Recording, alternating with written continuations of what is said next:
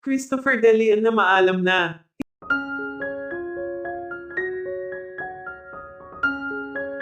Isa si Christopher De Leon sa batikang aktor sa industriya na talaga namang hinangaan at minahal ang karakter nito ng taong bayan. Hindi matatawaran ang angkin nitong galing at dedikasyon sa trabaho nito. Sa kabila ng edad nito ngayon, hindi pa din nagbabago ang kilos nito lalo na pagdating sa pag-arte. Marami ang humahanga sa angkin nitong galing na tumatak na sa masa.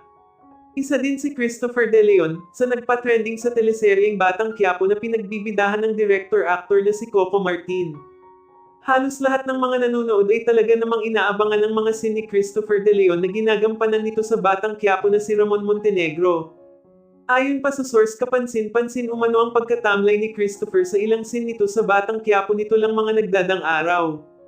Ayon sa ilan dala umano siguro ito ng edad ni Christopher kung kaya gano'n na lamang biglang nagbago ang kilos nito. Samantala ayon sa ilan mukha umanong may pinagdadaanan ito kung kaya gano'n na lamang umano ang naging kilos nito. Samantala maging ang mga kasamahan nito sa industriya ay labis din ang naging pag-aalala kay Christopher ito ay matapos na isugod umano ito sa ospital ngayon araw. Ayon pa sa nakalap naming impormasyon, hindi na umano kinaya pa ng katawan ni Christopher kung kaya bumigay na din ito.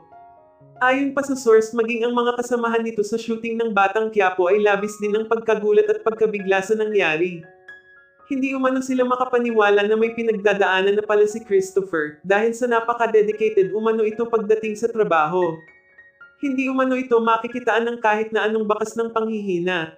Labis-labis umano ang naging pag-aalala nila kay Christopher De Leon, maging sa huling shooting umano nila ay ipinakita pa din ni Christopher ang pagmamahal nito sa kanyang ginagawa, at napagdesisyonan umano nila na pagpahingahin na muna si Christopher nang sa ganon ay makapagpalakas ito at muli nila itong makasama sa trabaho.